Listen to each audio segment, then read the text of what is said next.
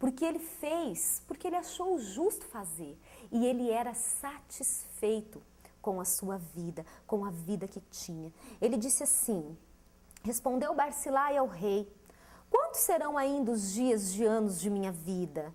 Não vale a pena subir com o rei a Jerusalém. 80 anos tenho hoje. Poderei eu discernir entre o bem e o mal?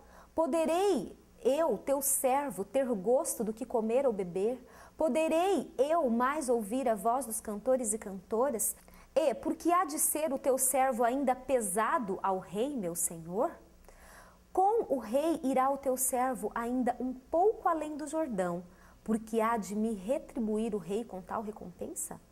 Deixa-me voltar teu servo, e morrerei em minha cidade, serei sepultado junto do meu pai e da minha mãe. Mas eis aí o teu servo, Quimã, passe ele com o rei, meu senhor, e fazei-lhe o que bem lhe parecer. Este homem, ele era satisfeito com a sua vida. Ele entendia que ele já tinha vivido e feito tudo o que lhe foi necessário viver e fazer. E ele então pediu para que Davi liberasse ele. Ele iria sim atravessar o Jordão, andar mais uns passos, mas dali ele não seguiria adiante, ele voltaria, ele morreria na sua cidade. Amados, infelizmente nós vemos poucas pessoas que têm essa visão de satisfação com aquilo que tem, e mesmo se lhe for proposto algo grandioso e você ver que aquilo não procede do Senhor, você não aceitar. Barzilai entendeu que ele não seria um peso na vida de Davi. Ele não iria cobrar aquilo que ele fez um dia. Ele sim deu a oportunidade a outra pessoa. E este homem então foi e caminhou com Davi. Então este homem nos deu sim um exemplo de satisfação com a sua vida. Ele poderia ter tido uma vida muito melhor aos olhos humanos, mas ele entendeu que a vida que ele tinha já era uma vida boa. E que neste momento tudo que ele queria era descansar. E quando chegasse o dia de sua morte, ele poder ser sepultado com a sua mãe, com seu pai, com a sua família, com o seu povo. Ele voltou provavelmente para a sua cidade, para a sua rotina, para a sua vida, feliz e satisfeito. Outro exemplo que nós temos aqui de 2 Reis, agora no capítulo 4, nós vemos a satisfação da mulher sumanita. A Bíblia nos diz, através de todo o capítulo de número 4, que a mulher sumanita era uma mulher que não pediu nada em troca de abrigar, de acolher Eliseu e seu servo. Portanto, Eliseu, vendo a necessidade desta mulher, lhe concedeu uma bênção, que ela gerasse um filho. Portanto, nós vemos que ela não pediu nada para Eliseu, mas Eliseu a abençoou por perceber que se tratava de uma mulher piedosa, bondosa, hospitaleira. Esta mulher era piedosa, ela era bondosa, ela era hospitaleira, ela era cuidadosa com as coisas do Senhor. E por isso ela foi recompensada. Mas embora vivesse ela e o seu marido em uma situação de dificuldade, porque era de grande importância para esta mulher ter um filho, porém ela não se queixava de não ter um filho. Ela teve Eliseu dentro de sua casa, ela alimentou Eliseu e Geazi, ela deu abrigo para eles, ela fez um local especial para que eles fossem bem recebidos todas as vezes que passassem por lá, mas ela não tinha intenção nenhuma em fazer isso. Ela não estava fazendo isso como uma troca, não, ela fazia isso porque ela era generosa, porque ela era hospitaleira. E embora tivesse ela esta grande dificuldade, Eliseu chegou a perguntar a ela: o que você quer, o que você precisa, qual é a sua necessidade? Ela disse que ela não precisava de nada. Portanto, Eliseu, ao sair da casa dela, entendeu a necessidade daquela mulher. Deus conhece a sua necessidade. Deus sabe o que você precisa. Você não precisa murmurar, você não precisa brigar, você não precisa reclamar. Você precisa fazer o que é certo. Assim como essa mulher fazia o que era certo, sendo bondosa, generosa, hospitaleira. Ela então recebeu o que ela precisava, o que ela necessitava, sem pedir, sem reclamar. Ela era muito satisfeita com aquilo que ela tinha. Ela era satisfeita com a vida dela, embora pudesse ser muito melhor. Embora, é claro, que um filho traria a ela muita felicidade. Tanto é que este filho veio, você conhece a história, em um determinado momento ele sentiu fortes dores na sua cabeça e veio a falecer. E ela então indo atrás daquele que lhe concedeu a bênção, né? Aquele que foi um canal de bênção através de Deus para que ela gerasse esse filho. E no caminho, o que nos chama atenção, e com certeza você já ouviu falar, é que todas as pessoas que perguntavam para ela como ela estava, ela dizia que estava tudo bem. Porque ela não era uma mulher de reclamar, de murmurar. Ela tinha fé e ela sabia onde ela devia ir, quem ela devia procurar e o que ela deveria fazer. Aí então ela foi até o homem de Deus e ali ela falou do que havia acontecido com o seu filho. Filho esse que ela não havia nem pedido, mas que ela recebeu com muita alegria do Senhor. Ela era satisfeita com o que ela tinha, mas ela não se dava satisfeita com as percas. Ela foi atrás com fé. Você ser satisfeito com o que você tem não significa você cruzar os braços e não orar, e não buscar, e não clamar, e não ir de encontro com a vontade de Deus. O seu filho foi ressuscitado e ela teve novamente seu filho em seus braços. Ela era uma mulher que tinha sim condição de chegar diante de Deus, como ela chegou diante de Eliseu e dizer: eu era satisfeita com a vida que eu tinha, mas o Senhor me concedeu essa bênção e agora me tomou a bênção. Ela tinha autoridade para isso, porque ela era uma mulher que fazia o que era certo. E ela então recebeu o seu filho de volta, como todos conhecem, né? Outro exemplo de satisfação, quem nos dá é Asaf. Vamos ver o Salmo de número 73, versículo 25 e 26. Asaf diz: quem mais tenho eu no céu? Não há outro em que eu me compraza na terra. Ainda que a minha carne e o meu coração desfaleçam, Deus é a fortaleza do meu coração e a minha herança para sempre. Amados, neste trecho desse salmo, Asaf declara sua satisfação em viver com Deus, para Deus, em saber que tudo que ele faz, tudo que ele fazia é para Deus. E ele nos dá esse exemplo de satisfação. Para encerrarmos, já finalizando a nossa palavra, nós vamos ver outro exemplo. No livro de Provérbios, capítulo 30, versículo 8, nós vamos ver o exemplo de Agur. Um homem que nos deixou essa lição do que nós precisamos buscar em Deus para sermos satisfeitos e realizados na nossa vida. Provérbios 38 diz, Agur dizendo: afasta de mim a vaidade e a palavra mentirosa.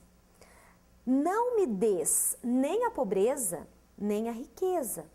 Mantém-me no pão da minha porção de costume. Amados, é tão difícil, né? Nós temos este coração para fazermos uma oração como essa, né? Senhor, afasta de mim a mentira, a vaidade e me dê nem riqueza e nem pobreza, mas a medida do pão na porção de costume. Assim como o Senhor até hoje tem me sustentado, assim como até hoje o Senhor tem me alimentado, o que eu peço é que o Senhor continue fazendo. Que não venha a ser mais e que não venha a ser menos, mas que o Senhor continue me mantendo o alimento, mantendo a minha roupa, mantendo a minha necessidade, como o Senhor tem feito. Amém? E agora nós vamos ver a respeito disso que nós estamos falando, do segredo do contentamento. O segredo do contentamento é a força que Cristo nos dá. E nós vemos isso através do apóstolo Paulo, no livro de Filipenses, capítulo 4, versículo do 11 ao 13. A Bíblia diz, Paulo dizendo: digo isso, não por causa da pobreza, porque aprendi a viver contente em toda e qualquer situação. Tanto sei estar humilhado, como também sei estar honrado.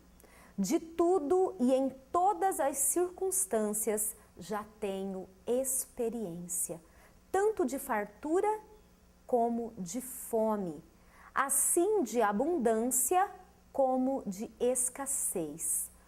tudo posso naquele que me fortalece. Amados, é assim, é com este texto de Filipenses, capítulo 4, a partir do verso 11, que nós vamos encerrar esta palavra. Este exemplo de vida que Paulo nos dá. E eu e você vivemos exatamente assim. Só que precisamos aprender como Paulo aprendeu, a estar contente, realizado. Assim como ele diz, eu sei estar humilhado, como também sei ser honrado. Às vezes a gente tem muita facilidade na hora de ser honrado, né? Quando alguém aplaude, quando alguém elogia, a gente tem muita facilidade em aceitar. Só que nós precisamos ser como Paulo. Aprender a viver contente em toda situação. Aprender a ser honrado é bom, é fácil, mas aprender a ser humilhado é necessário, porque a nossa vida também é feita de humilhações. Como diz, aprendi a viver contente na pobreza ou na fartura. Quando está difícil, quando a conta está apertada, quando o dinheiro não deu naquele mês e quando sobrou, quando eu sei o que eu vou fazer, quando eu sei o que eu posso comprar, é aprender a viver assim, como diz o texto, em todas as circunstâncias. Paulo diz que já tem experiência. Eu tenho certeza que assim como eu, você também já tem experiência. Você também viveu de maneiras diferentes no decorrer da sua vida. Só que essa experiência precisa acrescentar em nós algo. Precisa nos fazer melhores, fortes. A experiência que a dificuldade nos traz precisa nos fortalecer. E como Paulo está dizendo, experiência tanto na fartura quanto na fome. Tendo tudo em abundância, abundância, muito mais do que você precisa, ou na escassez, tendo muito menos do que você necessita. A gente precisa aprender a viver das duas formas. Por quê? Este é o último versículo para encerrarmos, e é o versículo que resume tudo, porque tudo posso naquele que me fortalece. Tudo você pode, tudo, todas as coisas, porque Cristo fortalece você. Cristo é quem te sustenta, é quem te segura, é quem te ajuda. E todas as coisas nos servem de experiências, nos servem de amadurecimento, para que possamos ser pessoas melhores, para alcançarmos a nossa salvação eterna. Amém? Que essa palavra possa ter falado ao seu coração, que eu e você possamos aprendermos a estar contentes com aquilo que somos, com aquilo que temos, com a posição em que nós fomos colocados. Buscarmos sim sermos pessoas melhores, buscarmos crescimento espiritual, crescimento em todas as áreas da nossa vida, buscarmos sim prosperidade, seja ela econômica, seja ela espiritual, seja ela emocional, seja ela sentimental, nós precisamos buscar.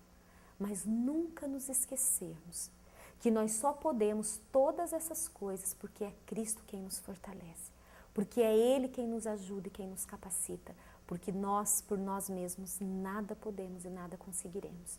E se o seu alvo é Cristo, você está no caminho certo. Mas se o seu alvo é apenas conquistar as coisas deste mundo, você está no caminho errado.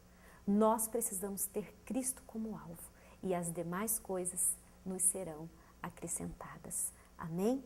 Que Deus possa abençoar a sua vida, que você possa ser um canal de bênção nas mãos do Senhor, seja qual for a posição que você tem exercido, aonde o Senhor te colocou, você será luz. Aonde o Senhor te enviar, você será bênção. Os momentos que você abrir a sua boca para falar, sairá palavras de bênção e não de maldição. O seu olhar será um olhar abençoador.